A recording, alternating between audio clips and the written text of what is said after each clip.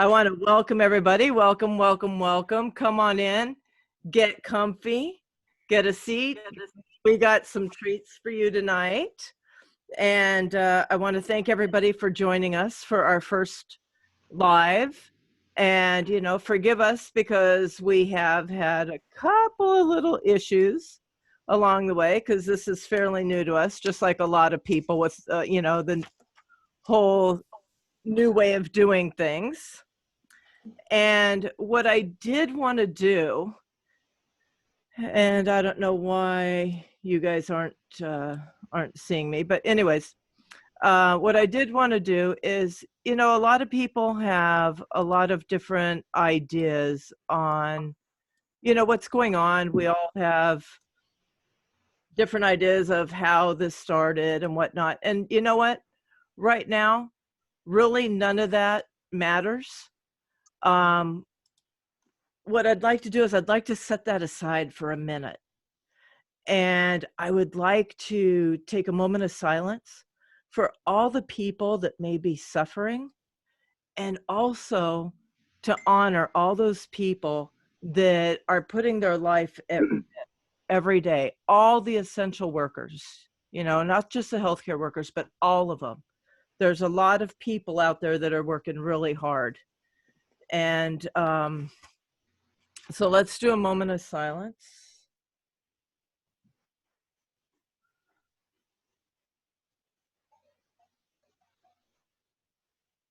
All right, we'll send them a lot of love and a lot of good energy.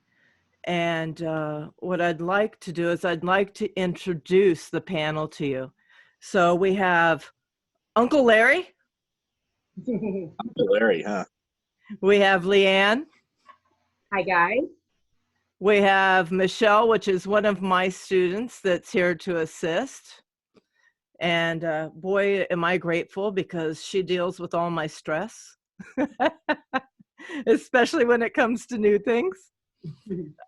Michelle, would you and Larry like to tell everybody your organization? Because you guys are the largest paranormal group in New York. Leanne. Isn't that what I just said? No. Oh, well, Leanne, that's what I meant. No problem. So it doesn't look like the video is popping over to me yet, but I am here. I think it's just showing you, Randy. There, oh, there you go. It's coming. So Larry and I actually have been on a team together. We started a team several years back now. We run a team called Roc City Project Paranormal, and we have quite a few amazing team members, very diverse backgrounds. We'll get into a lot of what we do for you guys. I know that this kind of comes as a surprise to a lot of my friends and customers and whatnot, but yes, we definitely do your ghost hunters. We're gonna let our weird show a little bit tonight for you. Right, Larry? And yeah, I guess the cat's out of the bag, isn't it? That was one thing that we used to kind of keep from the teachers during the parent-teacher conferences. We used to tell the kids, never tell them we're ghost hunters. No. And you always knew the teachers that knew, because they would do a 5-minute speech on the kids and their progress, and then they'll lean into you and they'll go, so what do you guys do? Right? He's like, by the way, I heard. We're like, dang it, the kids told him again. So. Oh, how funny. Mm-hmm. So the reason that we're doing this is because we want to talk about how mediumship and paranormal blend. They blend working with spirit with science, because both of those things are important. You know, I personally think it's very important to have science to back up what we do. And you know, I dropped this out there, and so did Leanne and a couple other people. And instantly I started getting a bunch of questions. Let me see if I can move this thing. There we go. Instantly I started getting a bunch of questions. And I'll be honest with you, I was just going to let them sit, and I was going to let people drop into the feed and ask questions there, which that's why Michelle's here, so that she can tell us what's in the feed. But 4 questions kept coming up, and I thought that they were very important questions, and the fact that they kept coming up confirmed it. So what I wanted to do is I wanted to start off by asking you guys, and you tell me who wants to answer, so I'll spotlight you. How and when did you get into ghost hunting? I'll go first because I know the answer. Larry's gonna get, so I'm gonna go first. So I grew up in a little town in Pennsylvania called Waterford, and there was a restaurant there, and it was called the Eagle Hotel. And I worked there. I started, believe it or not, when I was 12. I would go and I would wash dishes on holidays and things, and then I became the dishwasher girl and then a waitress. And the place was haunted. You would be washing dishes and you would hear your name yelled. And I would always think it was, it was the cook, that it was the owner of the place. And I'd go over and say, what? And she'd go, I didn't say your name. You'd be in the bathroom and you would hear somebody walking in heels down the hallway, and you hear the bathroom door swing open. I would assume it was another waitress or somebody there in the restaurant, and it wasn't. This went on for several years, and it just captivated me. I had to do something with this stuff. So that's how I got interested in it. So now, Larry, how did you get interested in it? Well, short story. I met this girl from Waterford, Pennsylvania, and she came up here to where we are now in Rochester, New York.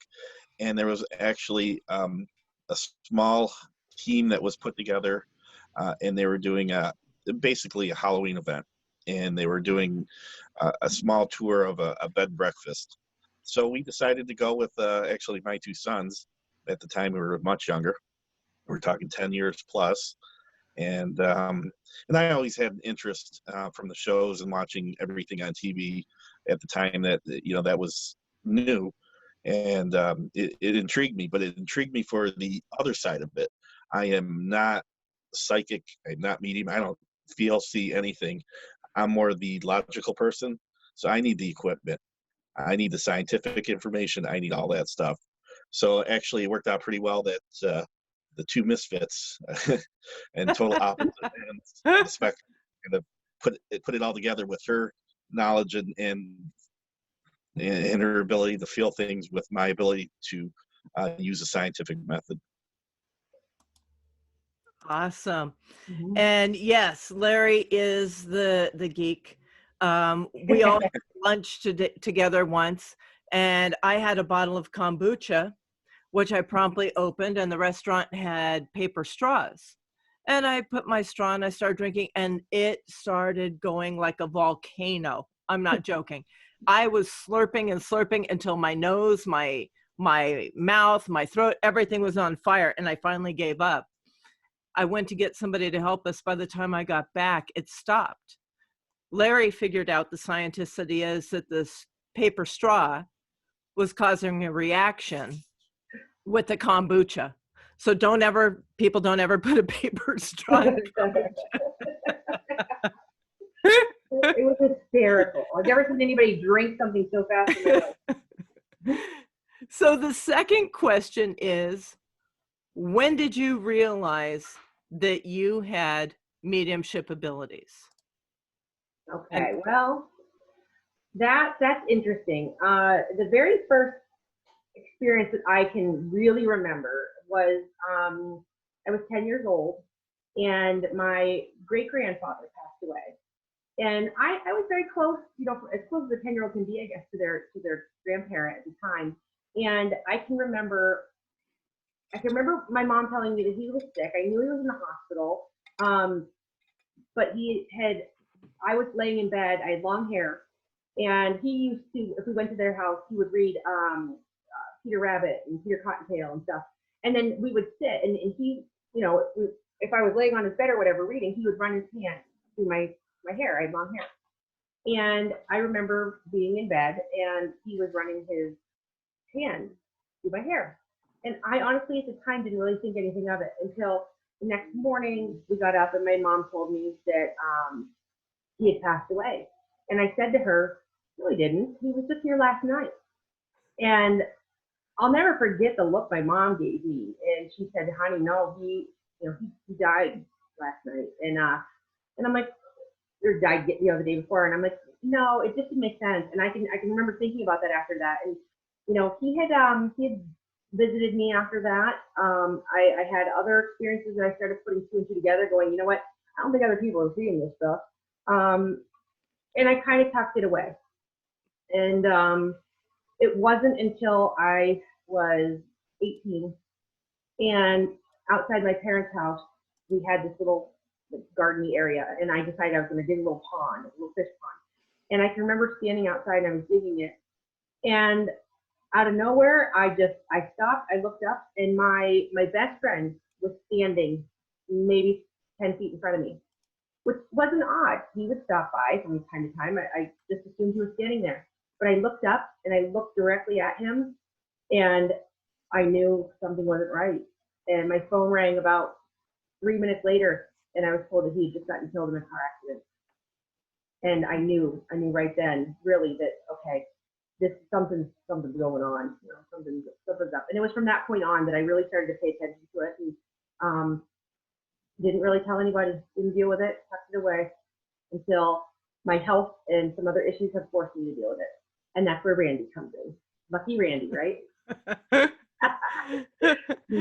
Hey, Michelle, would you like to unmute yourself? You're part of this. You can tell people about your first experiences. Well, I don't know. I've just always kind of felt different. Oh, you're different, all right. Uh-huh. In a lot of ways. But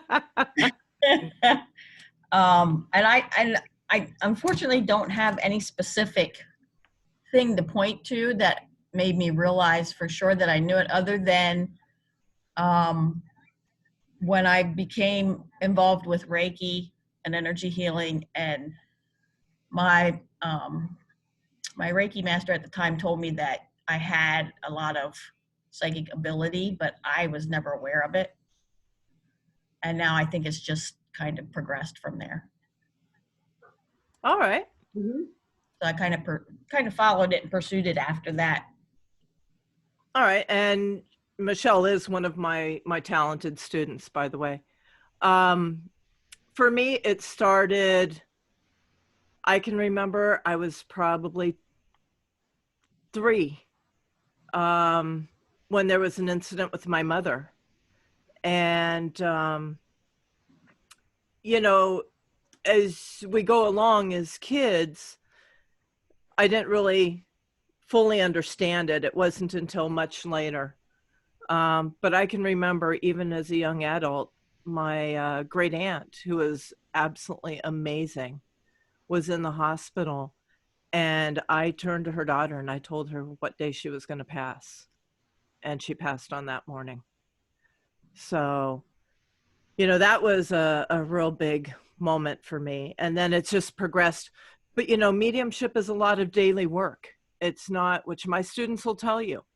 I don't want students that think they're going to come in and just skate through, because there's a daily practice that goes with this if you want to keep growing and expanding. So the third question is, what is one of the craziest experiences you've had with the paranormal? So who would like to go first? Larry, you want to go? You've got good ones. You've got a great memory. Oh, I'll start. Yeah, definitely. Now this is going back years ago when Lee and I first started doing this together. It was an old inn, basically. It's called the Cartwright Inn here in Rochester. It went out of business, but before it was an inn and a restaurant. It was one of the oldest buildings in the town of Henrietta. It housed many different things, and it also was part of the Underground Railroad. So this place has a ton of history. So we go in there not knowing what to expect at all. Now, the last thing it was a prime rib restaurant. The tables were still set. There was mold everywhere. There was wallpaper peeling. The ceilings were coming in, and it's been closed, but you could find the books. You knew who and what was being served at what time. the place settings, the salt and pepper, everything was still in place. They shuttered the doors one night, and that was it. So we go in here, not knowing what to expect. And halfway through the night, again, we have our equipment, and it was just me and Lee. We head down to the basement. And again, the basement was part of the Underground Railroad and the whole thing. So it's very creepy. It's undone. A lot of, like I said, a lot of destruction, it was just dirt basically. And so we get down there, and after a while, we're using a machine called an ITC, and it was actually this one right here. And I'll talk about this a little bit, but basically that's using static, and what you're doing is picking out voices through the static, and you're asking questions and trying to get a response. So I have this on video, and it's actually on our Facebook page and our web page. But we're sitting there, and I'm asking a question, want to know who is there, a name, can you tell us who you are? And out of nowhere, I hear, "You effing idiots." Just like that, "You effing idiots." And I'm going, what? That's nothing that would come through on a normal radio station. So in the recording, you hear me say, But I didn't say anything to Lee. I just kept going because I wanted to see what was going to happen next, or was I hearing things that, again, I was new to this. So, "You effing idiots." So I'm like, okay, let's go with this. So we continue to stand there, and literally, and I checked it out again this morning, less than 30 seconds later, Lee looks at me, and this is where her mediumship comes in. She looks at me and she goes, "We got to go." I go, "What do you mean?" She goes, "We got to leave right now." And she made me shut everything off and leave the building, and we didn't return that night. And it was something that we caught on video. I have the audio. And again, being new to the field, that was my first introduction to catching something physically on a recording, and then having my wife kind of verify it by going, "Something's here." And she just, when we got outside, her thing was, she described the entire basement as going dark. That's the only way that she could describe it. She said, like, there was a veil that went over everything and it turned black. And I have no idea what that means, but when she says it was time to go, it was time to go. You believed her, baby. You believed her. I wasn't going to question it. So we ended up leaving, and I caught the, like I said, I'm more logical, so I caught the evidence, and to this day, that was one of my first experiences that I'll never forget. Awesome. Who wants to go next? I will. I'll kind of piggyback on that a little bit. That experience, the place was just awesome. The history behind it, just the whole atmosphere. We always had, the whole run of the place. It had been shut down for years. The really cool thing about that experience was, you go into some pretty creepy places, and it takes a lot to creep me out. But the fact that we were there, and I could have taken a nap. I mean, I could have totally just been like, you know what, I could grab a pillow and I'll sleep here and just listen for noises. This is great. To within a second, it was like, I gotta go. I gotta go now. Feeling that energy shift was amazing. It was like, it went from positive to negative, unwelcing in a second. And then it's kind of cool to go home and find out you were called an effing idiot by, that's always cool too. We've been called quite a few choice words over the years. So the other situation, or the other thing that really sticks out to me, and there's a lot, but one of the coolest places I think I've ever been, time and time again, is in Palmyra, New York. It's the museum that we have here, and it's phenomenal. They're actually, when we went in the first time, I didn't know that there had been a home originally on the property, and the home had burnt down and people were killed. And we were in there, and I remember saying to Larry and a couple other people, I'm like, it just feels like there are kids running all around, and they wanted to play hide and seek. Like, I didn't know how else to describe it. It was just awesome. You just felt like there was kids there. Like, there was a very playful energy. And what we found out afterwards, or found out later on from the curator, was that there was a fire there, and Larry was 5 or 6 kids, I think, were killed. It was 6 kids. Yeah, 6 kids and their mother were killed.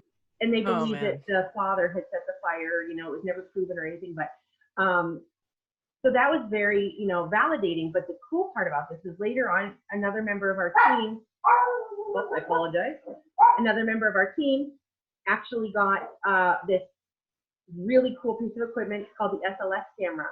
And what that does is it basically puts a form to the spirit. So I could sit and literally go, you know what, I feel like there's a kid.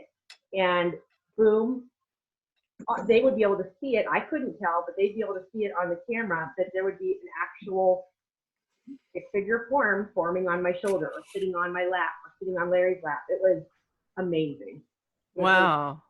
And we actually have that recorded as well too. So like the cool part is that you can kind of get a sense of, okay, the mediumship and being able to feel these things, but then the scientific part of the paranormal and the ghost hunting and actually being able to have proof in front of you to go, yeah, you're not just crazy. You really do feel this and really do see it. So that's just very neat. Wow. Michelle, you have anything to add? No, ma'am, I don't have anything to add, unfortunately. Okay. But I'm looking forward to having some stuff to add. Oh, and you will, my friend. It's guaranteed. All right. So probably the weirdest paranormal thing that ever happened to me. I was in probably my early 20s, mid 20s, and I was getting out of a relationship, and I lived in this apartment. I had already lived there, and I started seeing another gal. And there was this long hallway in that apartment, and whoever built it wasn't, the brightest bulb in the box, because there was only one light switch, and it was at the far end of the hallway, which meant you had to walk down a very dark hallway, right? Well, all of a sudden I would walk down the hallway and I didn't feel anything real threatening, but I definitely felt a very strong presence that I was not welcome. And then one evening, the gal I was seeing, she turned in early, and she came out and she said, "Were you just in bed?" And I said, "No." And so she shrugged it off. She went back to bed. And at the time, I was mid-level management for, in the corporate world. And I had a nice fancy motorcycle. And I came home from work the next day, unstrapped my briefcase, got the key to my apartment in my hand. It was perfectly fine. And my door was less than the length of a football field away. By the time I got to the door, that key was not only twisted, but it was also bent in half. And I had to go to the manager and explain to her that I needed the key and why. And it was kind of difficult to explain to her how my key suddenly was twisted and bent in half. So that was probably one of the craziest experiences that I've had. The next thing was, and you guys kind of touched on it a little bit, and Larry, I'm going to highlight you in this one because people wanted to know about the equipment you use. Sure. The equipment, unlike the three of you that have the equipment up in your head or wherever it comes from, I have things too. Yeah, and I'm the crazy one, right? Right. I have to use things that need to be plugged in or have batteries or are a little different. So I have some of the equipment here. And again, this goes back to basic stuff. And these are things that you can find around the house. These are things you can order. They're very easy. A lot of the tools are meant for other things, other reasons, electrical use, plumbing use. But I'm going to start with these, something simple, dowsing rods. So we started with dowsing rods, and you start with obviously the dowsing rods, and the history behind them was they were to find water, and they would cross, and you would build your well there. The idea is that they pick up on energy, and when you're doing an investigation of the paranormal, you're looking for energy. So these came in handy. We can ask questions, yes and no, and we'll put it in there. If the answer is yes, would you please cross them? So we have parameters, we ask questions, and we start with the dowsing rods, and these are a great way to start an investigation so you can find out, you know, who's there, how many people are there, how many spirits are there, what's going on, and get kind of a little bit of a background of the room that you're in. So, okay, you start with dowsing rods. And just to add to that, the coolest thing about those is I love when people are on the ghost hunt with us, they look at us and they go, no, you're moving them. You're moving them. That's not spirit. And then you hand them to them and they're like, I can't make these things stop. I can't do it. I can't do it. And it's a riot to watch them go, oh my gosh, you know, what the heck's going on? So it's pretty cool. It is. You're right, because people don't, well, that's the thing with the equipment too. And the funny thing is, I think people question the equipment sometimes more than they question people that have psychic or medium abilities. I don't know why, but they think that we're doing something to them. The second thing I have here is the old trusty digital recorder. Obviously, recording an investigation, it's a couple things. You're picking up your questions, you're picking up different responses, but a lot of times you'll go back after an investigation, listen to the investigation, and hear things that could not be heard when we were there. We had an example of this at at Rolling Hills, the insane asylum here in East Bethany, New York. We were in a room that was part of the administration. I forget the guy's name. I think it was George Fleming. And at that time, women were not allowed in his office. No women allowed. It was all men. And he had a chair in the corner. So, of course, my wife, Lee, walks in the room and instantly says, do you mind if a woman sits in your chair? And sits in his chair. So there was about, I think, 6 or 7 of us in the room, recorders going, didn't hear anything. As we end the night and we go back and we start to review the evidence over the next couple of days, I call my friend Dave on our team, and I said, Dave, did you catch this? And he went to his recorder too. So you hear Lee say, do you mind if a woman sits in your chair? And out of nowhere, you hear somebody yell, no. And all of us were standing right there. None of us heard it at the time, but we both caught it on our recorders. And it's to this day probably one of the best pieces of evidence we have ever caught. You know, Class A, EVP, top of the line voice phenomenon, the EVP, that we couldn't explain where that voice came from, and it was clear as day, yelling no. So again, digital recorder is really good. We have a K2 meter. These two, K2 is, you can kind of see it starting to light up. Basically, we'll measure electromagnetic force in the air. A good example was the Cartwright Inn. Cartwright Inn was closed for years, had no electricity. We would ask questions and try to get them to light this up. To light this up, it requires a certain amount of energy. You get it to go to red, that's pretty good. And we've got it to go to red in places that have no power, no electricity running into the place by asking questions. And when you start asking yes and no questions and getting responses with this, it's a powerful tool, an incredible tool.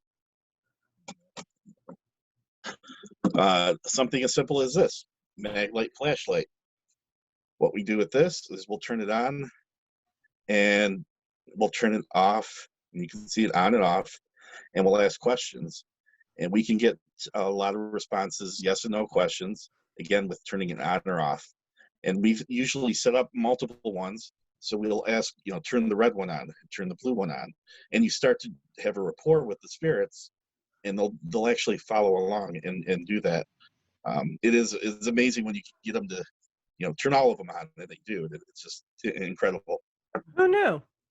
Yeah. Well, yeah, and you realize how intelligent the spirit can be. You know, they definitely know what's going on and they know what's there. Mm-hmm. Mm-hmm. The next piece is the the spirit box, or the Frank's box? Yeah, the Frank's box. Thank you. Lost it there for a second. This is called the Frank's box because there was a gentleman named Frank Sumption who was a little bit odd, but aren't we all? He had a dream one night. He had a dream one night that told him if he built this piece of equipment, he could talk to the paranormal. He could talk to the dead. So he woke up and he started building it. And basically, this is nothing more than you can see it right here, a Radio Shack transistor radio. And basically what he did was he went in and hacked it where it would skip to the radio stations. So it would never stop at one station, it would just flip through them. And it would cause it, basically you wouldn't get the full sentence, you would only get snippets of things. And what you're looking for is basically underlying tones of voices, almost like static. So that's where the modern equipment comes in, and we have a digital version of that. And let me play that for you so you can get an idea of what it sounds like.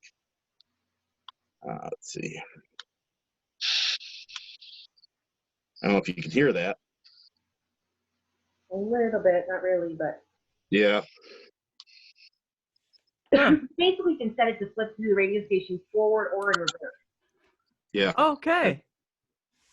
So it's flipping through, and it's giving basically background noise. And we've gotten spirits to respond to that, and that's where we get those voices that come through, where we heard "you effing idiot." So where do you hear Nice. "you effing idiot" on a radio?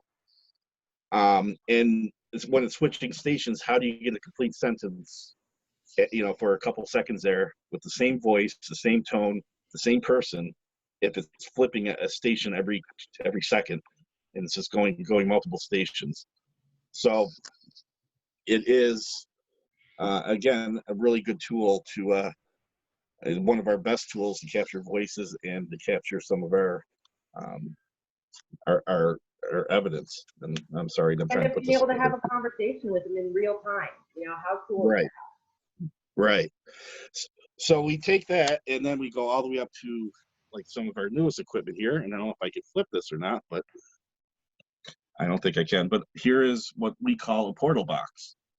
So we can attach the ITC and the spirit box and the Frank's box to this now, and kind of filter out some of the noise and filter out some of the other things and concentrate just on the voices. And it sounds creepy. It does sound a little bit creepy, but let's see if I can do a little bit. When you're in a pitch dark basement and you hear this thing talk to you, you're like, okay, it's weird. Okay.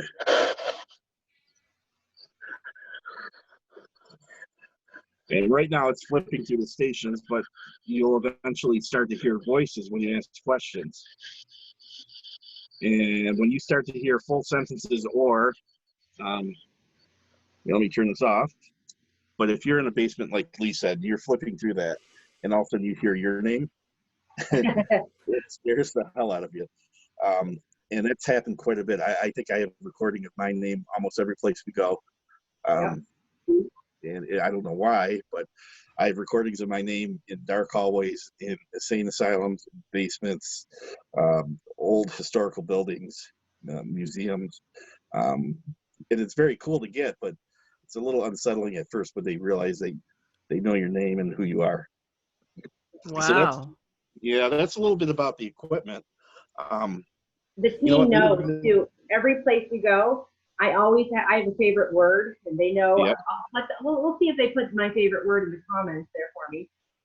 But I have a favorite word, and every place we've gone, I ask them to say my favorite word without me saying it out loud, and they say it every single time. And it's pretty cool. That's pretty cool, because eventually my goal is at the end of my ghost hunting career to create a giant video or recording of a whole bunch of spirits saying the word pickle, because pickle's my favorite word. So. Wow. So you guys, what I'm gonna do, because I owe a huge apology to my friend Stacy Martin, because on my screen she was hidden, and this is a very good friend of mine. We have done a lot of work together over the years. Stacy, so since you were hidden, what was the earliest you knew of your abilities? I was probably about 9 years old or so. Maybe before that. Everything came to me as like ESP, where I would dream the entire next day before it even happened, and was able, the conversations, the people, the places were exactly the same. And felt like a severe case of deja vu.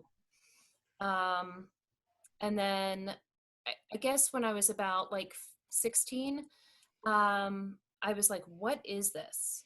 But there was no Google at the time. There was nobody to ask without thinking you were crazy. Um, so, so I really sort of turned it off. And then a trauma happened to me, which really reactivated it.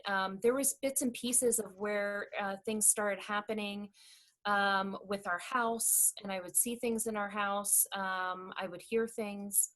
But I also was on a paranormal team, and you know, just investigating, and then all of a sudden I was starting to see people in the buildings. I was able to communicate.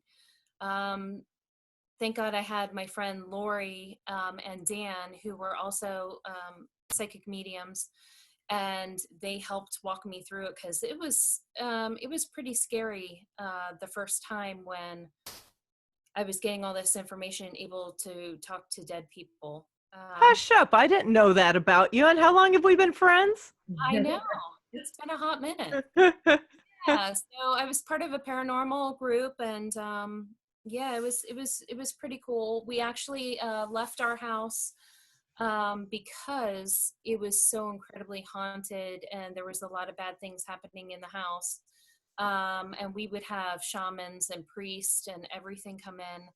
And, you know, when you have friends who are not psychic and who are not medium, who don't really have this ability, and they're starting to see things in your house, that tends to be a problem. So, yeah. And what was the craziest experience? I mean, was that pretty much it? The first time that you went out? The craziest thing is in my house, if I've gone down in the basement, and I was thrown down the steps, and the door locked right behind me, and nobody was home. Oh God. And I had to wait till my husband came home from work to let me out of the basement. So Oh it my. was not the first and only time. Yeah, it happened quite a bit, but it was really scary.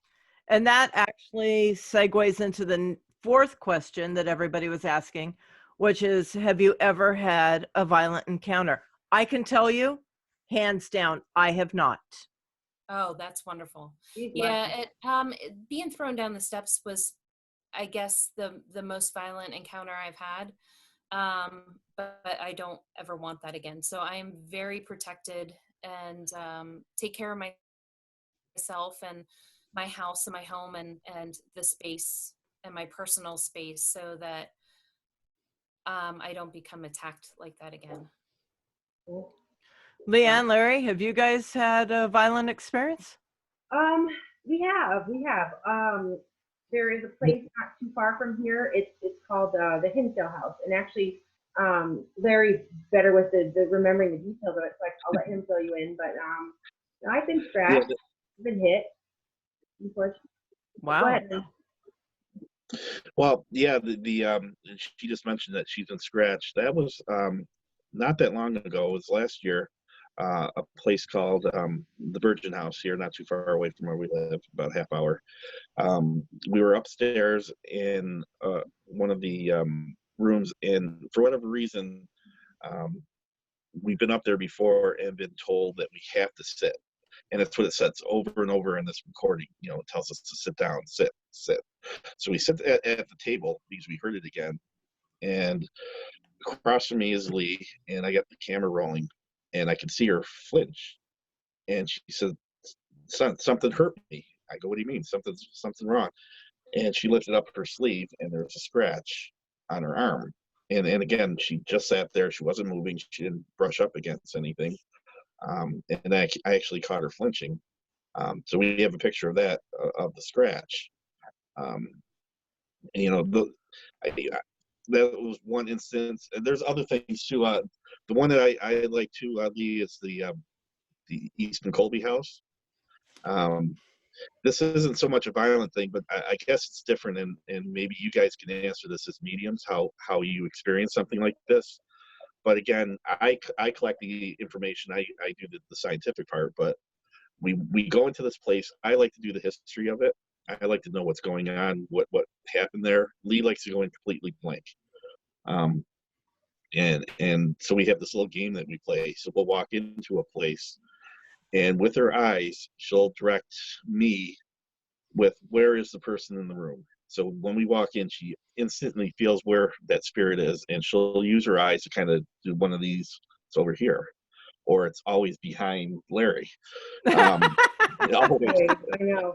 So we play that little game just to see. And again, that's her idea of trying to help herself validate these feelings that she gets. So we walk in, and she starts doing this, and we head towards one of the back bedrooms. She says, we have to go this way. So we go this way. So we're in this back bedroom, and we're there for a few minutes, and Lee just says, I don't feel good. I'm in terrible pain. I don't really feel good. So we're sitting there for a few minutes. I said, you just leave, walk out, go get some water or whatever. We'll be out. So she leaves the room. About 5 minutes later, comes back and says, the pain left. As soon as I walked out, the pain's gone. So we're doing our equipment. We're asking questions again. And all of a sudden I see her grab her arm and again saying, ow, this really hurts. So, after again a few minutes of trying to figure out what's going on, she leaves the room. So I go to one of the curators and I ask, what's going on, anything in this room? And again, the owner of the house at the time, it was the War of 1812, was injured in a battle where his arm was almost severed.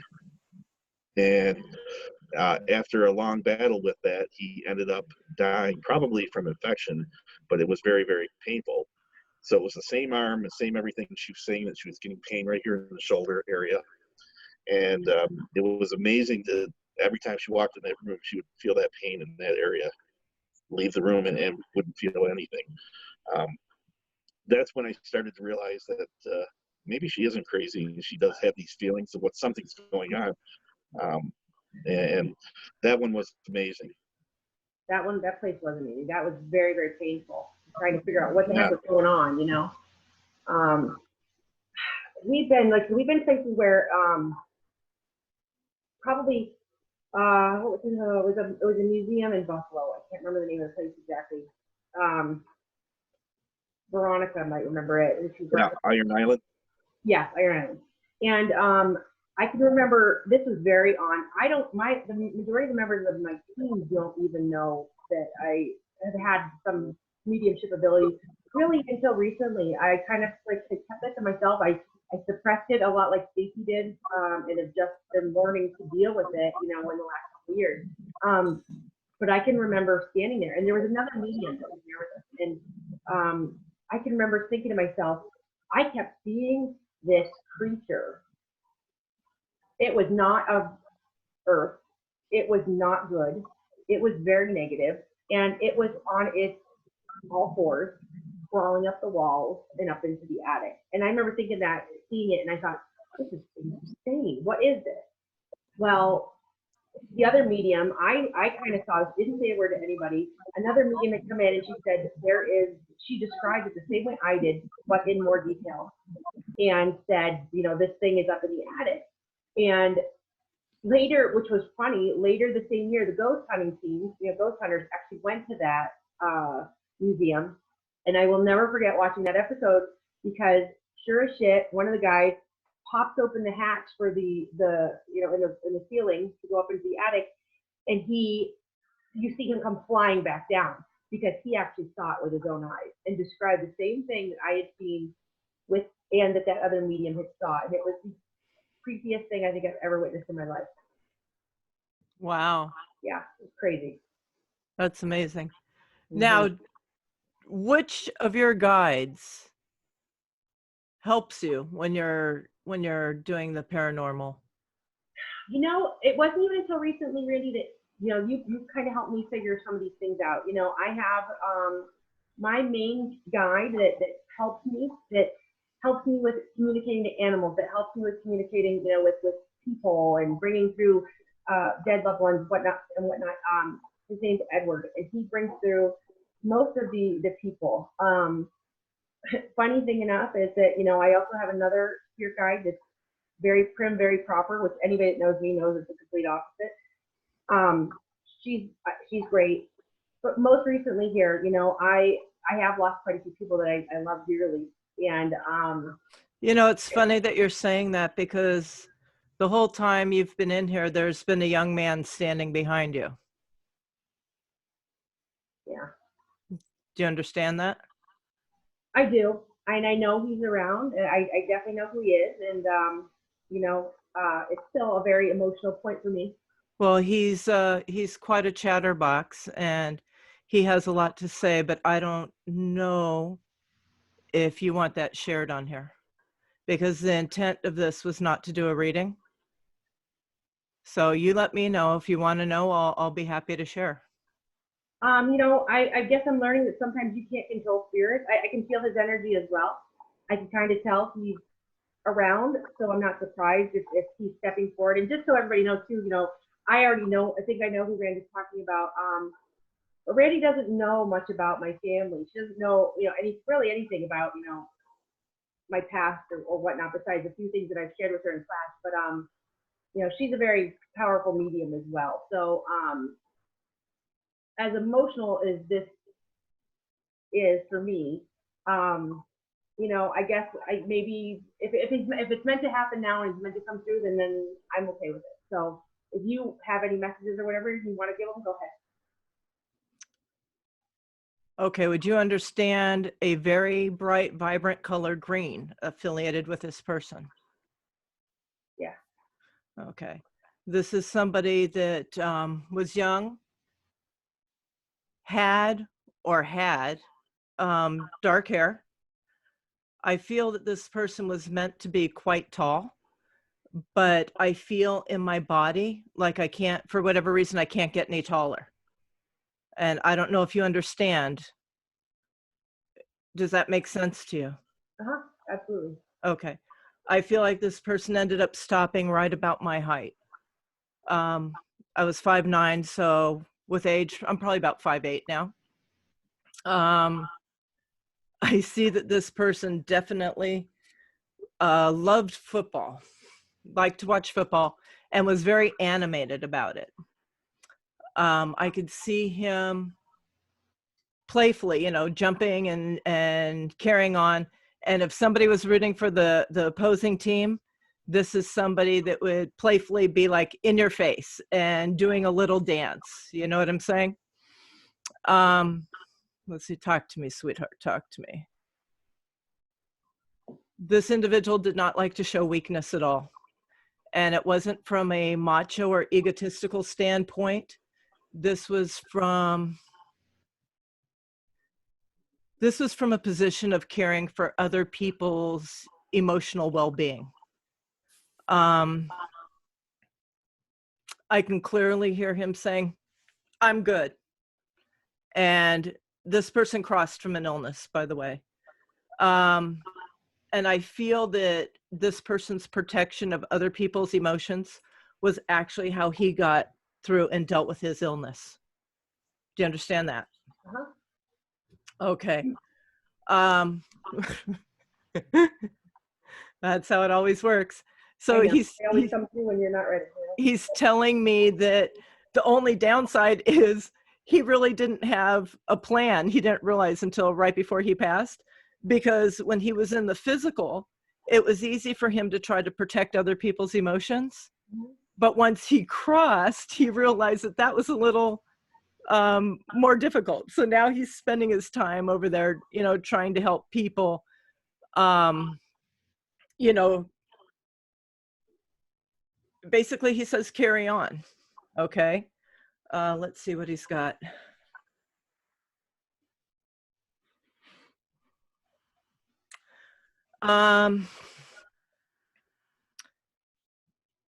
Woo.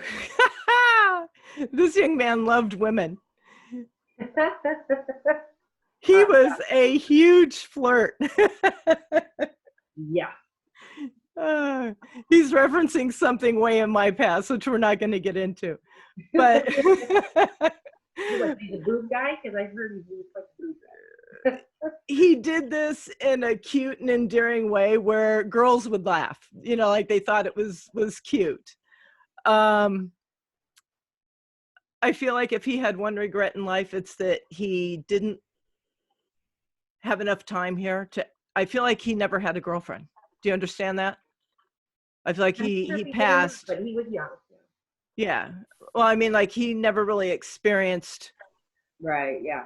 Yeah. And he would have liked to. I'm sure he would have. Let's see. He's telling me that there was one nurse that he was extremely close to, and they would flirt back, like banter, flirting back and forth. And when he crossed, this nurse really took it hard. Do you understand? Yeah. Okay. He loves his mom dearly, but I can hear him saying, "Oh, geez, mom, you know, please, you know." His mom's an amazing person. He's basically telling her to get it together, you know, to carry on, to keep putting one foot in front of the other, and that she needs to have faith. And when she feels like she can't go on, to call on him. And he says he'll be there. Okay. Let's see.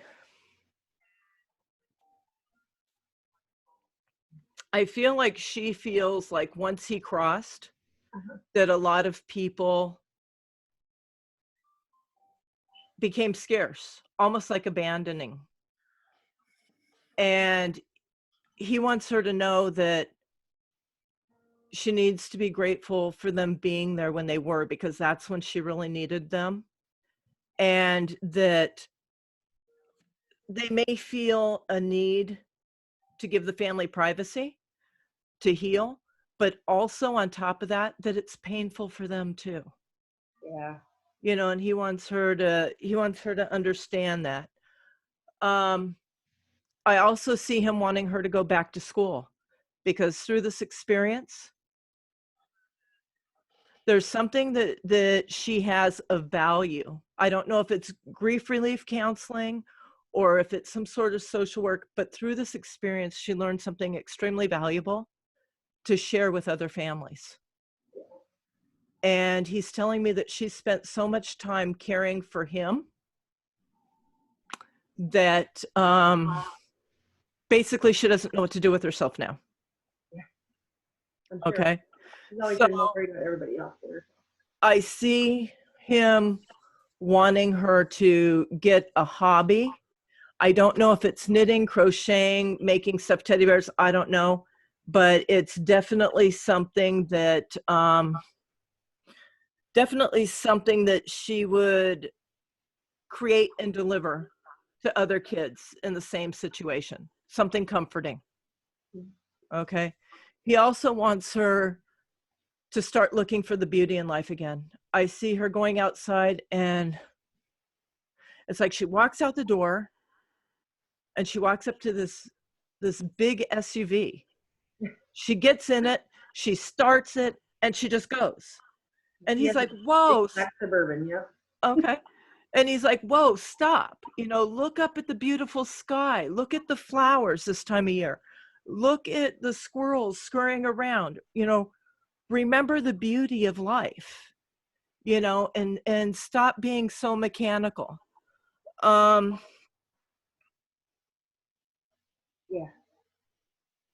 Let's see. Who is Jim?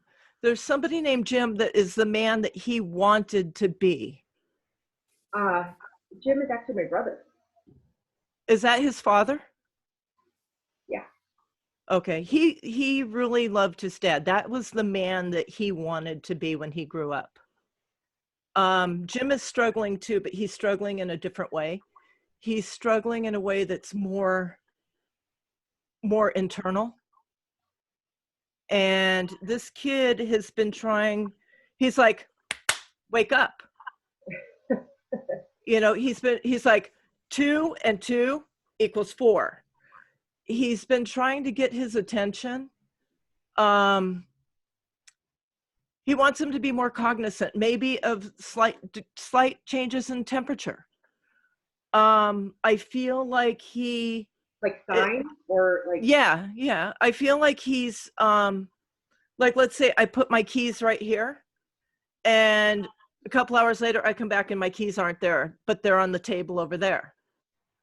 So he wants him to be cognizant. He's like, hello, 2 and 2 makes 4. You know, I'm here, recognize me. So he wants his dad to know that he's there, because his dad is really struggling with this, but internally, which is actually probably worse.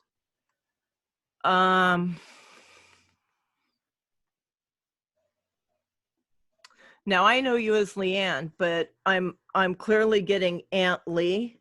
Was that his nickname for you? Yeah, nobody really calls me Leanne, to be honest with you. So. Oh, okay. He's telling me you were the glue. Do you understand what that means? I don't know. We have a pretty crazy dysfunctional family, like most people do, but it really took a lot to pull us all together the last couple of years, being so far apart and stuff. And he's saying you were the glue, and I got to tell you, he's holding up a big stop sign. Stop. Let everybody figure it out. If you stop trying to control and keep everything together, believe me, people will figure it out. And he's also letting me know that there's some crazy little song that you guys used to sing that was the most ridiculous song, but you guys would sit and giggle like little teenagers, like giddy little teenagers. Do you understand that? I had to look at that and see. I mean, he had Larry, you understand that? Okay. So Larry gets it. So he'll remind you. Okay. Yeah, I'm not even sure it's a specific song, but there were songs and things that he would do that out of nowhere would make you laugh. Yeah, the two of them would get together and do this, whatever. It was some song.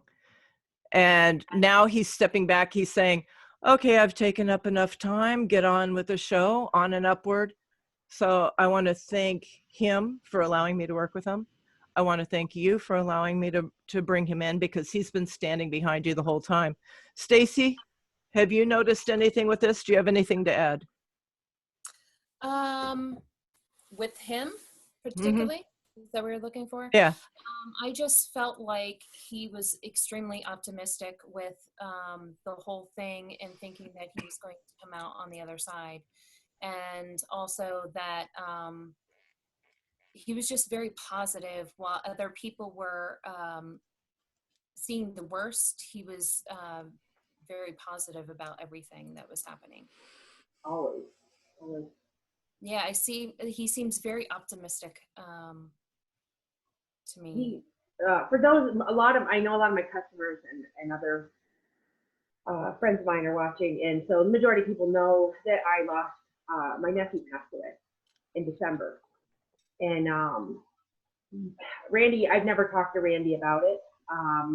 All Randy, I think, maybe knew was Randy had started an animal communication class that I was taking, and I stopped taking it because I couldn't keep up with the commitment. It was going on right before my nephew passed away, and so I stopped. But I never got into it with her and told her anything about him or anything. So I hope everybody would at least.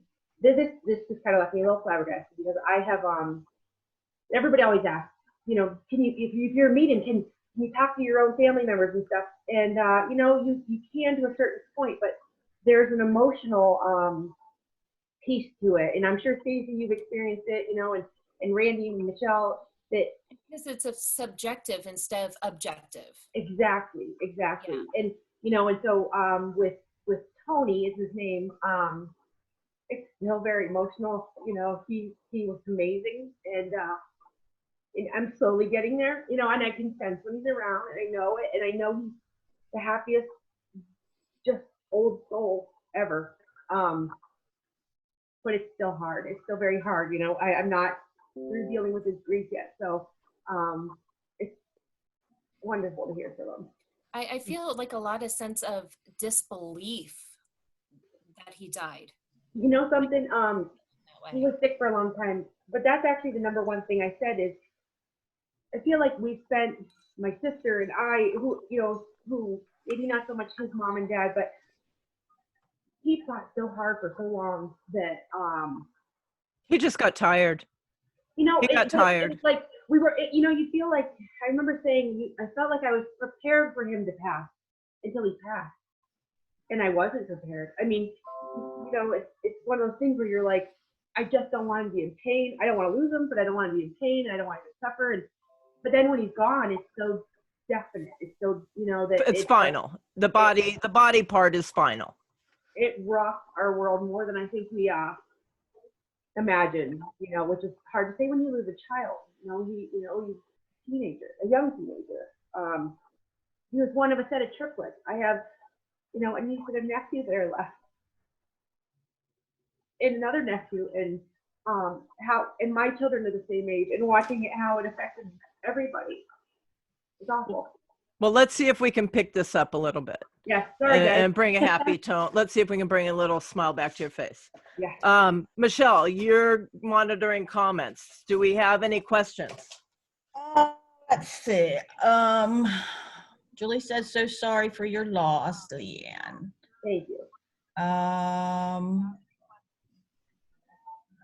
Kelly wanted to know, like, that when you were talking back before about spirits, and like when you come across spirits or whatever, she wanted to know, do you ignore them typically, or do you, let me find the question here. That's a really, I kind of know where you're going. Go ahead. When you have these interactions, do you acknowledge them or just ignore what is happening? And I had said that most mediums don't ignore it. Right. Unless it's a situation where, like you were describing earlier, where you were like, I gotta go. And that's the thing is, and I have a feeling Stacey, and I've never met Stacey before, guys. This is the first time I met her, but I can tell already her experiences are very similar to mine. For years, they always, people always say when you're an empath, which Randy's got an amazing video. If you guys think you're an empath, you gotta watch it. It's on YouTube. But anyway, the one with MK Rowland? Yeah. Because that one really helped me a lot too. But just I didn't realize how much it used to affect me to go out into larger crowds. I'd come home and, I was exhausted, the fatigue. And it took me a long time. And I actually used to get a lot of medication to block. I kind of thought it was just depression and anxiety. I have horrible anxiety. I'm a train wreck sometimes. And, Randy walks me off a cliff about once a week anymore. But, it took me, I had to go off of this medication because my health was getting to the point where it was so bad. And I was relying on medicine to stop this that I realized I have another very good friend of mine who's a medium. And she was like, she's been telling me this for probably 8-10 years now. She's like, you got to deal with it. You have to deal with it or it will take you out. And it's true. You'll get to the point where you're just sick. And I didn't have a choice. I mean, like I said, most of you guys, if I've been grooming your dog, I've known you for probably 5 or 10 years now. They don't know this stuff, So this was a huge step for me to kind of just say it because it makes it true, even though it's true. It just makes it true, And but yeah, there's times where I admit it. I have a customer walk in the door with their dog, and they said, you know what? For example, a daughter, it was a mother who owned this dog, and she would bring the dog in all the time to be groomed. Well, she passed away very unexpectedly of a heart attack. And then the first time I saw the daughter decided to keep the dog, and she came in, and I got the dead mother standing behind her the whole time. How do you bring that up? You know what I mean? Like, I didn't say anything, and I've had that happen. And as my confidence builds with it, and as I'm learning to interpret, sometimes, spirit isn't always the clearest either. So you have to really work on that and learning what they're telling you. And that's the stage I'm at, Stacey, what about you? What's your answer to that? So I do pretty well with protecting myself. It's when, like I could go to Walmart or bigger places like that. I know some mediums cannot. because it gives them too much anxiety. But where I get a lot of anxiety is when I go to like Disney, or I go to like a fair, something like that. It's not really anxiety. I'm just overwhelmed. Like, Overstimulated. yeah, it's that is where I get really, really quiet, and my husband knows, and my daughter, like, I just get really quiet and I just like observe, and they're like, you look like you're not having a good time. And it's not that, it's just I'm very stimulated, overwhelmed, with the energy, with so many people and the crowding and things like that. For me, when it comes to do you acknowledge or do you ignore, I got to tell you, it depends on what it is. It depends on the situation. In a paranormal situation, it's going to depend. It's going to depend on the spirit and what their energy is. I will tell you this much. If I go to the store, and every medium has their own way of working. And if there's one thing I can't stand, it's mediums criticizing other mediums, because who are you to judge how someone else works? Because we all work differently, right? I don't want to work like Teresa Caputo. That would make me crazy. There's times I go to the store and it's like, oh yeah, honey, not today. No. I am not going up to somebody. No, I am not. Not today. Then other days, I will have a spirit come in that is really pleading and it's really heartfelt. And it's like, I really need for them to get this message. And I'll be, okay, let's go. And you walk up to somebody, hey, are you open to it? And if they are, then I'll deliver it. And if not, then I won't. So my answer to that is it depends on the situation. I find it, Randy, I find it really hard when I start getting information that if I don't deliver it, to get rid of it. It just keeps getting louder and louder and more overwhelming. So I've been really trying to work on that, because I just don't want to go up to people in stores and hi, I'm the crazy medium. No, I tell my guides, I say, no, honey, not today. Yeah. And they remove it. Yeah, especially since I just sort of came out publicly about being a medium, because I was really trying to hide that part, because I'm a businesswoman and people see me like that, and I just didn't want it to be, oh, now she's lost her goddamn mind, So that was, so I really try to not do that around, especially where I live. So. All right. Michelle, do we have any other questions? We have a couple. Kelly also asked, when you do readings like that, she said that, does it drain you, Randy or Stacy, when you do a reading like you just did? Stacy, do you want to take that first, or do you want me to? Go ahead first. It depends. And generally no, because, when you do a reading, there's a connection, there's a cord. And I always make sure to cut that cord and ask my guides to put their energy back to them and bring mine back to me. There was a time when, yes, because I never did that. And now I can pretty much do back to back to back, and I'm okay. But there's also other factors too, like what's going on in your life. How is your health at the time? Have you gotten much sleep? Like if you see my eyes, I haven't gotten much sleep because we have a sick cat that screams all night. So there's a lot of factors that go into that. But generally, I'm okay. Stacy? When I do like solo gallery reads where there's 25 people in the audience, that completely wipes me out for like 3 days.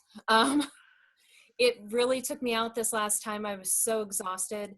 But when I do back-to-back readings within my wellness studio, I'm pretty okay, except when I have a suicide or a drug overdose come through.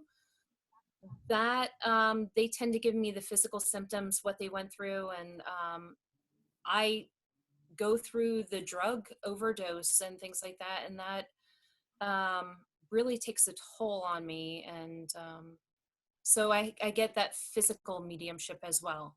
So Oh, those times are when it really bothers me. But other times I'm good to go. see, I didn't teach them. I asked my guides to shut that down. I didn't want that. I had, they've been doing that. They've been giving me the hint, and then I said, take it away, and they'll take it away immediately. yeah, exactly. I was not that long ago, I was with a friend, we had lunch, and she wanted me to go see the cemetery. And I'm thinking to myself, okay, why? But okay, let's go, And it was a beautiful place, which is why she wanted to go there. And there was this one special bench, and we sat there, and I said, okay, somebody here died of like lungs or pneumonia. I was having trouble breathing, and it turned out it was the guy that was in the movie Airplane. I think his name was Leslie or something like that. Leslie Nielsen. And somebody looked it up, and he died of complications with pneumonia. So, I'll tell them, okay, give me a little bit, but let's stop it there. Michelle, any more?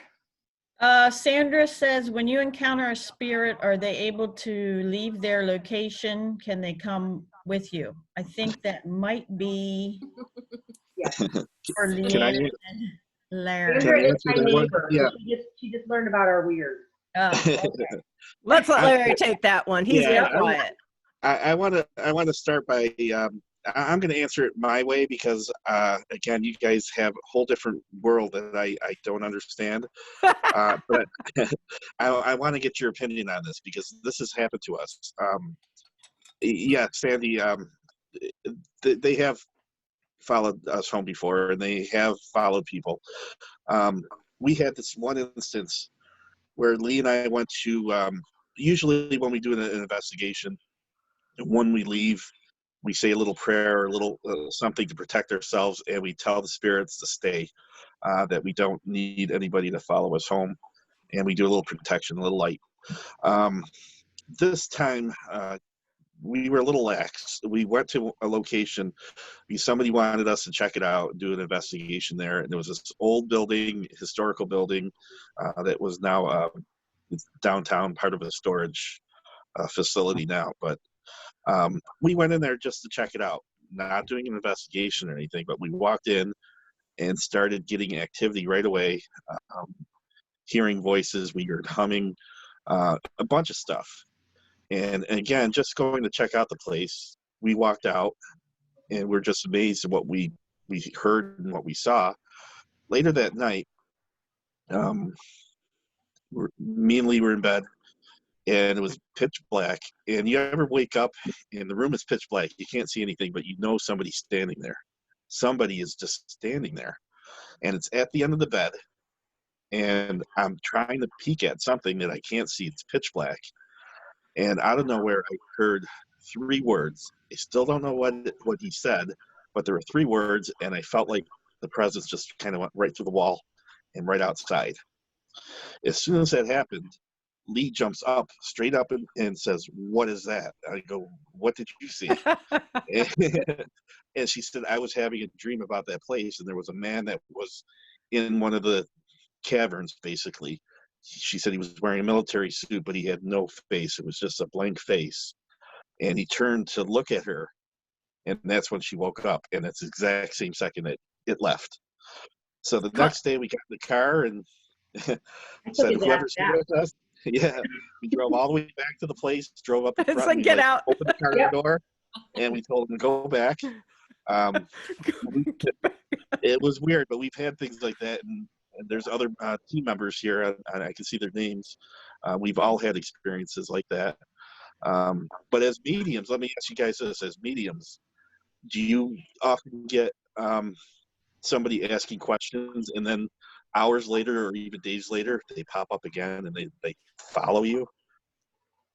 What I get a lot is I will do a reading for somebody, and I always tell them, don't be surprised if you hear from me again, because it's very common for me later that day. I'll be sitting doing paperwork or something, and their loved one will march right back in, and they'll become a chatterbox again. And a lot of times I will either, email them, text them, or phone them, whatever the case may be. But as far as following you home, that kind of reminds you of Disney, the haunted house is at the very end, right? Uh-huh. Exactly.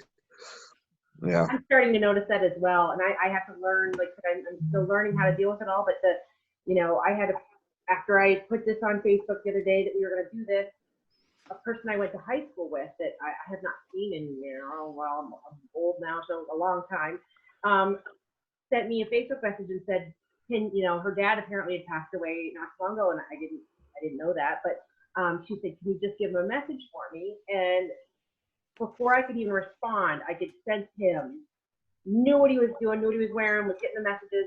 And so when that happens to me, I just start writing things down. And then I think for probably 2 hours after that, I would just shoot her a message and go, this is crazy, but did he used to wear white beater? Because that's what I see him in. Did he like to play cards? He's playing cards. He's doing this. He's telling me he's shooting the shit. Is that a phrase he used to use? And it's very confirming if people come back and they're like, oh my God. Or I still feel bad when they come back and they're like, I'm sitting here in tears. I'm like, oh, great. Oh, crap. You're making somebody cry, and you don't mean to do that. But, yeah. He followed me around. I'm buzzing around cleaning the house. I'm like, dude, we got enough people living here. Like, you got to go. But it's not uncommon that I will start getting messages long before the reading. Mm-hmm. What about you, Stacy? What about you bringing people home? Mine is about 24 hours prior to a reading. They start coming through. I've asked my gatekeepers, that's what I call them, to stop that. I only want to get information right when they walk in the door, right when I'm ready to start the reading, because otherwise I can't sleep. They're just, I'm just getting information all the time. But yeah, when I leave a haunted place or something like that, I always brush off my shoulders and say, you must stay here. You cannot go with me. Mm-hmm. So I make that command, and that is very helpful. But I also use my sprays as protection as well when I go places. Oh yeah, we'll have to talk about Stacy's stuff before we get off. But she makes some great products, you guys. Urban's Edge, amazing stuff. One that owns that. Oh, good. We have to talk. Yeah. You know it? Oh, that's nice. And then this is the thing. Again, like I said, different mediums work different ways. Oh, I love it. Give me all the information out. When I walk into the reading, it's like diarrhea of the mouth. Yeah. Because I've been given everything already. So, oh yeah, I love it. Give it to me, baby. Oh, see, I can't. Where's Rick James? Yeah. I don't know about you guys, but I noticed, and Michelle, maybe you too, because you're kind of at the same stage I am, where I'll get done, and this is why I always rely on Larry. We go to a haunted place or a client's home or a business that needs help, and I will just spit it out, which thank God there's recorders, but the second I leave, I'm like, you did what? What happened? It's gone. I don't remember. Like, because it's not your feeling, and it's hard to explain to people. It's not your information. Right, exactly. Yeah, I don't remember usually. Do you, Stacy? There's very few readings I'll remember. Mm-hmm. If I talk to a client afterwards about it, there's bits and pieces that I'll remember of their reading. But if they leave and then ask me maybe an hour later, I'm like, I'm sorry, I don't remember. It's not my information. It's just coming through me. And so, but I will get, I know somebody asked, after you have a departed reading, will you still get that spirit through? And yes, I still do. And I will still give messages if a spirit comes through afterwards. Do you guys get that? Yep. Yeah. Definitely. Yeah. What else, Michelle? Lynn says, do you get paranormal activity at your own house? I'm thinking this is Larry and Leanne. And where do you get the equipment? Well, we don't ghost at our own house. Rule number one. Number one. I think, honestly, Hannah, maybe you'll remember, I think we've had one thing happen with my wedding ring. And that's the only time. the wedding ring, my wedding ring, I placed it down on the fireplace in the mantle, and we were in the kitchen, and you can see it. It's one big area, and next thing you know, my wedding ring was about 15 feet away, and it was like shot off the mantle. Flew. It did not roll. It flew. Not roll. Nobody was even in the Did room. not bounce. It flew. That was about the only time that I could think of, and we don't mess around with it at our house. But and we think we know who that is. My But mother. yeah. Yes, it was your mother. So we try not to do that too much. But the equipment itself, a lot of it, especially in these pandemic times, you stay home and order it online. You're going to get the all of this really is you're going to find it on Amazon. A lot of it now, believe it or not, paranormal. If you type in paranormal equipment on Amazon, there's a section. Believe it or not, Yep. K2 meters, ITCs, recorders, dowsing rods, and you'll see that there's other paranormal groups that will sell equipment. What I like to do, and again, looking at the box here, I like to make my own equipment. So Well, yeah, but you're the mad professor. Well, so that doesn't count. It is fun, but you can find things to make online. So you guys can contact Larry. Oh, you can get his information. And the mad professor can make you one. Exactly. But yeah, you have everything from your digital cameras and everything is online now. Easy enough to get to, believe it or not. I will though, okay, and this is now because I have experience as much as I have, not as a medium, but as a paranormal investigator. One of the biggest things we get called in for is people messing around with spirits at home. You open up portals and you invite things in unintentionally. If you've been through trauma in your life, if you're most of the time after you lose somebody, you're depressed, those kind of energies that you put out draw in the kind of energy you're going to get back. Okay.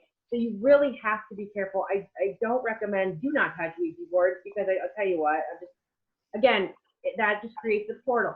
Anything that you're using to communicate with the other side, you do have to be careful with. You really, really do. You can create some pretty bad havoc.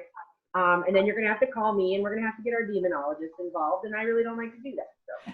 And I'm going to add to that, if you don't have experience working with spirit, even forget paranormal, even as a medium, don't play. There's too many of us out there that teach where you can get, an education, so to speak. I don't know that I would call it necessarily an education, but it is though. It is. Because you think? Really, okay. Myself and being in the field, I struggled for years to find somebody that was willing to take. A lot of mediums are out there and they've struggled to figure out their own path. There's not many options out there for somebody that will kind of lead you. Okay, this is how you have to build this. This is how to do that. And Randi's gone out of her way, like I said, to do that for some of us. And there's a lot more people out there can do this and experience these things than you realize. And I know I sound like a commercial, but I really encourage you to go to the YouTube site because, especially right now with this stuff that she's been doing lately, the weekly spiritual talks on being an empath. If you don't know why you're drained all the time, I'm telling you what, it'll answer some questions. It gives you little tips. Like you have to look at other people that have gone through this stuff and put two and two together and realize why the hell this is happening to you. And there's other stuff in there too. Like John White and I did a segment on what advice he had for beginning mediums, what advice he had for intermediate mediums. He and I did one just recently on ethics and mediumship, because there are ethics in mediumship. Even if you don't want to, if you're not interested in the mental part of it, like I said, the crystals and different things that you can put out to protect your home and block different things. Believe it or not, but I'm telling you what, it works. And just saging your home occasionally. There's a lot of talks that we've been talking about doing here in the future, and those things are powerful. Energy just kind of collects like dust. Yeah, spirit. Michelle, is there any questions? Maybe one for Stacy? Well, there was one here, and it must have popped up right about, it was kind of weird, right about the time you mentioned it. Do you ever have spirit around you after a departure reading still trying to speak to you to reach out to their loved ones, or when the reading is over and they leave and you never hear from them again? I have had departure readings and I always wondered this. That is Billy Joe Jerry Jones. Yeah, I will always reach back out to the client. Yeah. You know him? I know Billy Joe, yeah. Oh, nice. Yeah. Yeah, if I have that happen, I'll start writing everything I'm getting, and then I'll reach back out to the client when I have time. And I'll say, by the way, here's a little bit more. Da, da, da, da, da, da, da. Anything else? Kelly said, so I shouldn't talk to my relatives who have passed on, like grandparents? No, talk to your family, girl. Talk to your family. That's what they're there for. They hear you. Yes. Talk. And Watch let me for the signs, you know, and let me tell you something, because no matter how good you are, you're always a student. Right, Stacy? Always. We keep learning, we keep growing, and that's why it's a daily practice, and there's a regime, and everybody's practice can be different. But if you want to keep growing and expanding with spirit, you better have a daily practice. Well, Now, we both have students. yeah. And, you know, and I'm constantly learning because I always want to be able to teach my students more and also to become better myself. And I think that when you stop and you don't keep expanding, I just don't, I was a teacher, so I always am for education. So I really always just like to grow and keep learning more things. I don't think you'll ever learn everything that you need to learn. Not in a lifetime. No. And to further that, my classes are 25 weeks, one night a week, 25 weeks. And I, in this time, got so many spirit downloads that I've revamped my entire class. And people that have been in my class before are having huge breakthroughs, which is absolutely amazing. And that's an honor and a privilege for me. You know what I'm saying? There's no ego. It's an honor and a privilege.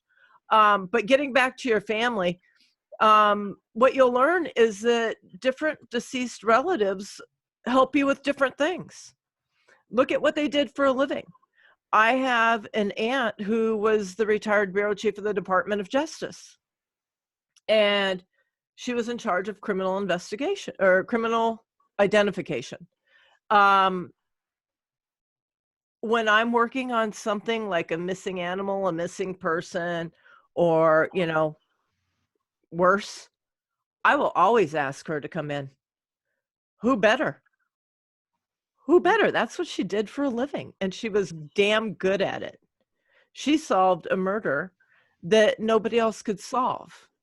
And she flew out and she said, and I just found out about this recently, and the car had been torched. They couldn't get anything, right? And she looked at them and she said, did you fingerprint the rearview mirror? They fingerprinted the rearview mirror and they caught them. Their fingerprints were on the back of the rearview mirror and they stayed intact. Okay.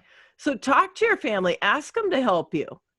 Whatever they did, whatever they were good at. Hey, if your grandma was great at cooking and you're in the kitchen cooking and you want to get better at cooking, talk to her. Absolutely. Christine says, anyone ever have out-of-body dream walking experiences? Oh my. All the time. You too, Stacy. I ask to travel all the time. Well, you guys are the weirdos. I'll let you do this one. Yeah.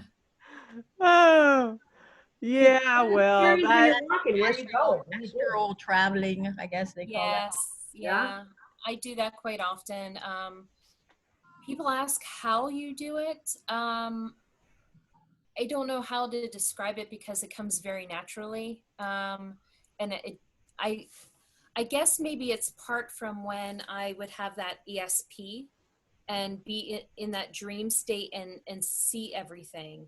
And I think it's just like a natural progression into astro traveling is how I think, because I've always been able to do it. And it really helps with crime scene investigations that we do, right, Randy? Yeah. Yeah. It does. Randy and I are part of an investigation team that works with like the Colorado Police Department and things like that. And astro traveling really helps with investigations. Which, by the way, I'm waiting for the leader of that group to contact me because I'm trying to do a forensics and mediumship night. So every Monday we're going to have different things. Like next Monday, it's going to be who's a medium and how'd you become that way. And if everybody stays healthy, Colleen Vanden Zijden and MK Rowland will be in. Any other questions, Michelle? Let's see. Isn't she a great assistant? I love Michelle. She's my high vibe tribe. Oh yeah, here's another one. When you do a reading, how do you contact specific person? Like if I want to see my dad, but maybe a grandparent or friend or no one wants to come through, can you specify? You want to take that or do you want me to, Stacy? Sure. I've never had it where somebody didn't want to come through. But what I would do is if a grandparent's coming through, but you really want to talk to your dad or your mom, but they didn't step through first, usually it's almost like a queue line at Disney. You know, that's how I sort of see it. You know, they all want to get in, but if you really want to talk to your mom, what I would do is I would ask for her full name, first and last name, and then I would have you repeat it 3 times. And that energy sort of draws her closer, which is a really good way. But also too, even though you want to talk to your mom, don't disregard the other people that are coming through, because they might have the messages. Because when I do a reading, I always want the person to come through that provides the most healing for that person. Mm-hmm. So I had a client who wanted to speak to their deceased husband, but their dad had a message for them and they didn't want to speak to their dad, but they got a whole bunch of healing from speaking from the messages from their dad, and they didn't realize that that's what they needed. Now I have had situations where the person that they didn't, or the person they did want, didn't come in, and I don't control which spirit comes in. Okay. Normally they will come in, but there's been some cases, and there were reasons, there were very good reasons, which I'm not going to get into because I'm not going to air people's dirty laundry. But it's rare. And they may not be the first person through the gate. It may be someone else comes in first, but usually they will come. And if they don't come, what I tell them is that doesn't mean that you didn't get what you needed. It may not have been what you wanted, but you got what you needed. You got the messages you really needed for right now. That's the truth right there. Julie Babbert. Julie. Do you guys ever experience remote viewing, and is that part of the astral travel? Go ahead, Stace. I'm sorry, can you repeat the question again? Do you guys ever experience remote viewing, and is that part of the astral travel? Yes. Randy and I both do remote viewing, and that's part of the criminal investigations that we do. So that's a huge part of it. And I would say that's part of astro traveling, for me, at least. I can do it separately, but I think I sort of use both hand in hand. Yeah. I've never really thought about it. That's probably something I'd really have to think about and dissect. I do a lot of remote viewing. Mm-hmm. You know, I've always viewed it as two different things, but I never compared the two. Because I can definitely do the remote viewing, but I guess I never looked at it as astral traveling. Kind of makes sense. Yeah, I would have to give that some thought. And Yeah, all, they're you know, different. being honest, I'd have to That give I that use thought. I think I use them sort of together. And Christine wanted to know, Stacy, have you ever had something else try to come through and block you from getting back? I'm assuming from No, traveling. yeah, from when I asked to travel, no, thank God. But I do really protect myself. That's one of the things that you do not want to do without protecting yourself and knowing how to properly protect yourself. I would say so. What do you think, Randy? I think anybody or anything that gets in my way is going to be in big trouble. Because let me tell you who my gatekeeper is. I was partially raised by a full-blooded Chippewa Indian that do not give her whiskey because she, oh yeah, I mean, she was a real Indian and she was tough and oh no, nobody's getting through my gate Mm-hmm. without being in position and being called in. Nobody's getting in my way because she'll have at 'em. Mm-hmm. And I feel bad for them. Yeah, I think when we're really protected and we know our gatekeepers and who they are, I don't think that that's an issue. I don't think that becomes an issue anymore. That's part of being prepared and really working on your protections and knowing what you're doing. And nobody's going to mess with Jane Hardy, let me tell you. Nobody wants to mess with her. Anything else? How do you know when to end a reading? Really, I know what the energy pulls back. Yeah, when they're stepping back, you know, I'll start to feel that they're becoming oh my goodness, Stacy, what's the word I'm trying to use here? When they start stepping back, when they start going, yeah, it gets higher. For me, it's kind of like a funnel. Like you know how like you pour in a funnel and it goes down? Well, I feel them getting closer and closer and closer to, like if it funnels sideways, I feel them going into it and going farther away. I know when they're getting ready to leave. Mine's more about, you know, I'll just have tons and tons and tons of information and specifics and a lot of detail. And then when the spirit keeps sort of showing me the same thing over and over again, and I keep asking for more information and they're just sort of repeating what they said, then I know it's time that they're, you know. Oh, see, I don't get that. And I use the analogy of a funnel. I don't know why it just popped in my head, but I start feeling that energy backing up, you know, slowly, very slowly, but it starts getting farther. Differently, like all three of us or all four of us, we probably get it all differently because we all work different. Yeah. And there's no right or wrong. Never. Nope. Anything else? I think that's about it. The only other thing I have is a couple of people just messaged me privately and asked about animals. And yes, if you have animals that pass, the animals can come through too. I've done readings before, and I've been able to. Actually, Michelle knows, she took an animal communication class where you can read the animals and you pick up. They talk to you just like humans do. Sandy mentioned that if she's experienced when she was sleeping, feeling like a cat walking on the bed and heaviness on the chest, and you woke up. Absolutely.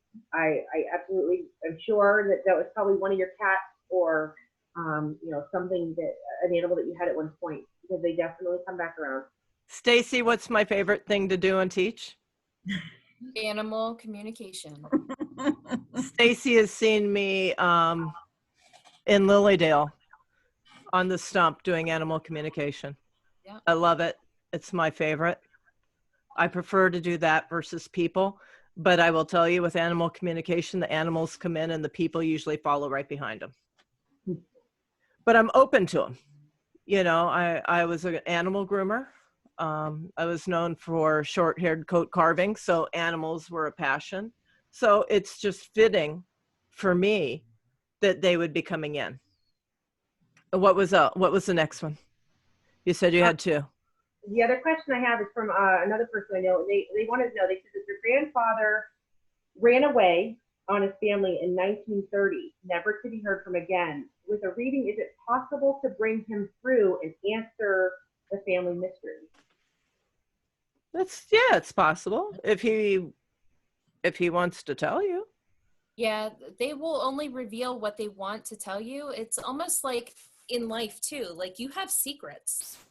And you're not just going to tell anybody your secrets. The same thing in death as well. And they maintain their personality. So if they're a very secretive person, or if they were very shy, they're going to come through the same way. If they have deep, dark secrets, if they're not ready to give them up, they're not going to give it up. Good.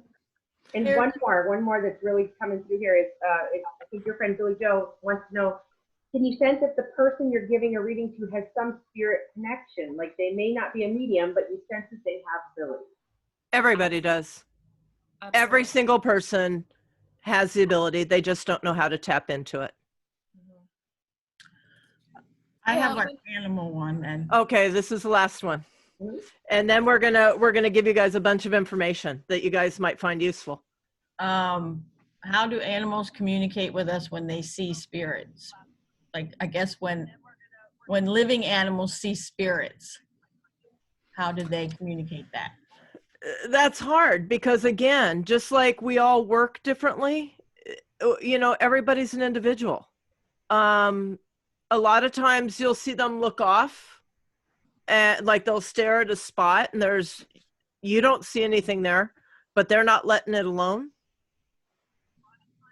You know, there's a lot of different ways. Or they could be barking at a spot and you don't see anything there. My that's cat did this last week, and it was freaking her out, and her tail is pounding and she's staring off, and she was very unsettled. And Dale's like, look at her, like what's going on? And then so I don't keep I'm sure you guys don't either. You don't see just people walking around. You shut that off until you're ready to communicate. So I turned it on and I saw something in my house, and immediately I got rid of them, and then I went and saged. But you know, with this quarantine, I've been really lax with saging my house, but it was a good reminder to do so. well, we just lost a dog that that's a tough one. And it was during quarantine, and I can tell you that I know when she walks through the house, because my other dog and my cats, they'll be sleeping and all of a sudden they'll go.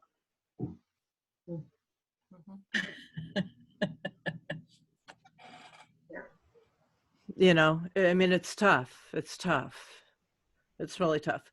So we've been on for a good while now, you guys, and we're spiritual people.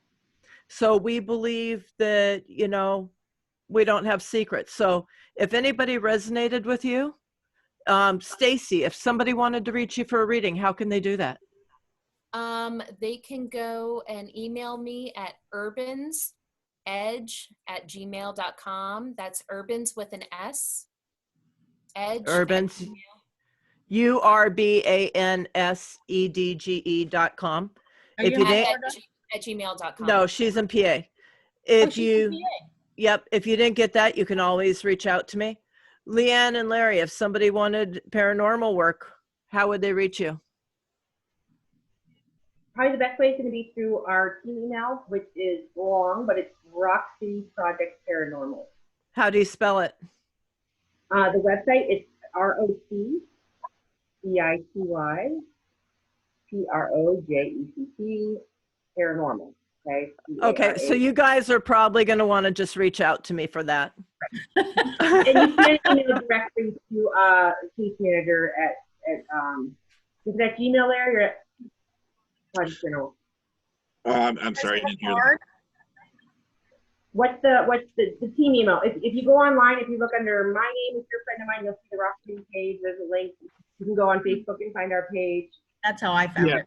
Yeah, and probably the quickest way would be quickest way is to find it right through Facebook. Roc City Project Paranormal on Facebook will get you to the website. Will get you to us. You leave us comments, or through Randi. She'll be able to get it to us. Yeah, I'll give it to anybody that requests it. And as you know, usual, if you enjoyed this episode, please like it and share it with somebody that you know may need to see it. You never know who needs to see it, especially during this time. If you're viewing it on YouTube, please like and subscribe if you want to stay on top of all the different things that we do. We've got a lot of really neat stuff coming up, you guys. There's no spiritual topic that we won't touch. I will even. If you guys want to hear, let us know. We'll do another. Yeah. On it. I will even go to nutrition. I'll go to yoga. Anything spiritual. I will go. If I don't know, I will find the people. Trust me. All right. And just in closing, is there anything that anybody on the panel would like to say? Any final thoughts? This was awesome. I enjoyed it. It was great. I guess And thank one you thing, for everybody Randy, being so supportive, finding out that I'm weird. I just wanted to add one thing for you, Randi. You mentioned that everybody has the ability. Every single person. Now, what I've learned, and this is what my wife has taught me now over the years, I am the scientific equipment guy, but I have learned through her to start to learn and believe my inner voice, I guess. So once I go into places, I can start picking up things more than I ever thought I would. I don't always believe it, and I'm not sure a lot of people do, and maybe that's the difference between me and mediums, but I think you're right. You do pick it up if you really listen. Uncle Larry, I'll tell you what, baby.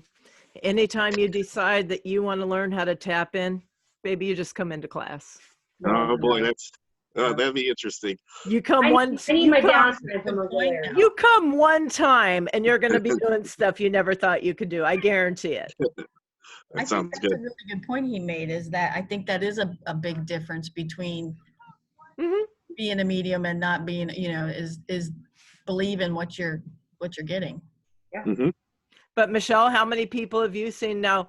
Michelle had never worked with spirit at all before she came into my class. And let me tell you, she's doing amazing. And I'm not trying to toot my own horn. There's other good teachers out there too, you guys. There really are. And I even refer some of my students, all of you know, I say, don't let me be your only teacher. Just ask me because I'll tell you who the good ones are. But Michelle, and you've seen other people come in that thought they couldn't do it one time and they were pulling stuff out that they were just amazed. Yeah. So, but you have to be ready because if you're not ready, it'll scare you off.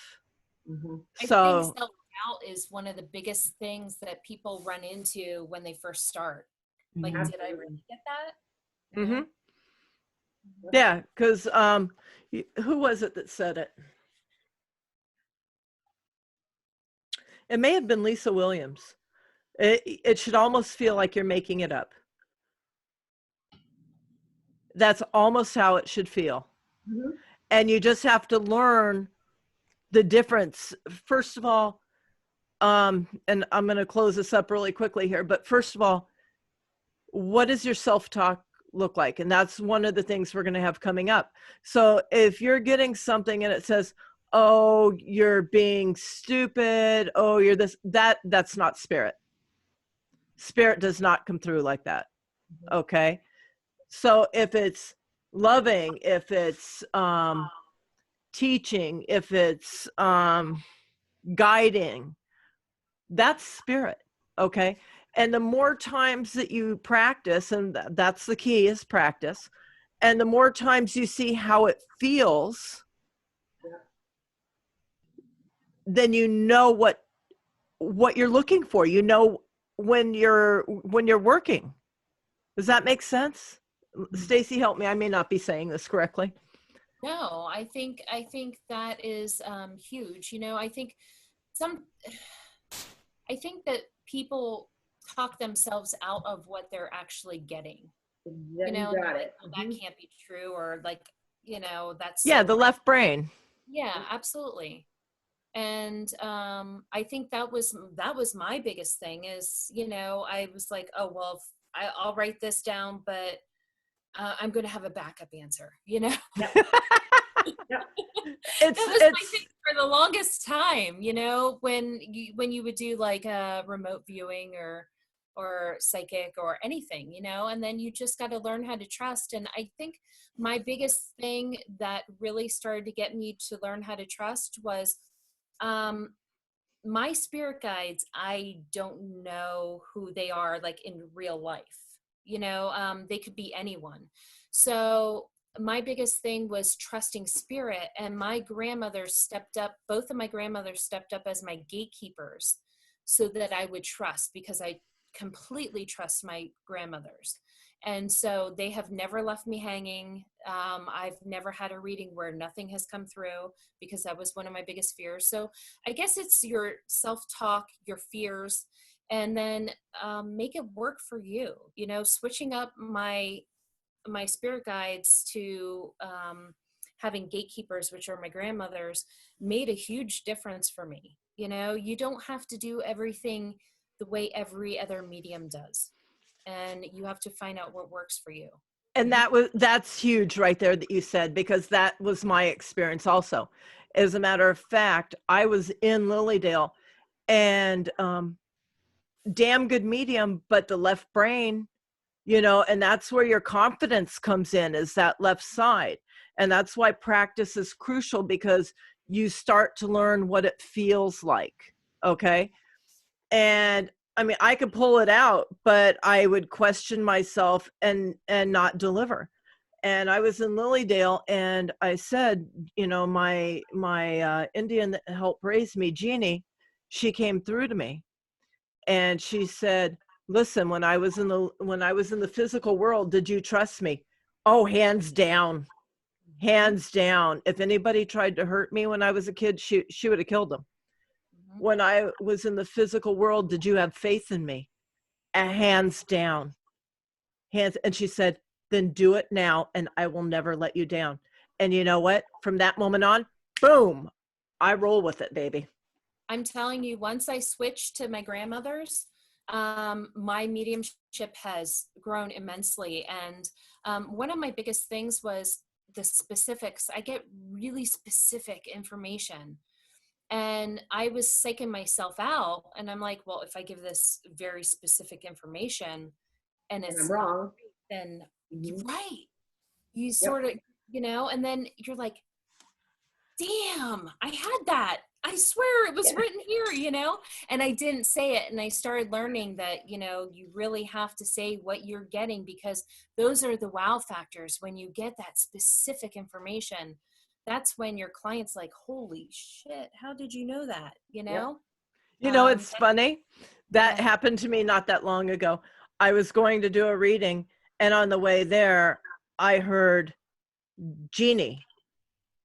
And I'm thinking, oh, my Jeannie, my gatekeeper, right? So I didn't say it. And the spirit that came in, her name was Jeannie. Yeah. All right, guys. So we're going to wrap this up. We hope that you guys truly enjoyed it. I know I had an amazing time, and I hope that the rest of the panel did. We're going to be doing a lot more stuff. So, you know, please, like I said, like it, subscribe, like and share, because we're doing this for you guys. We're doing this to try to cure the stay-at-home blues. All right. And I wish you all a magical night. Thanks, guys. It was wonderful meeting all of you. You too. Bye, guys.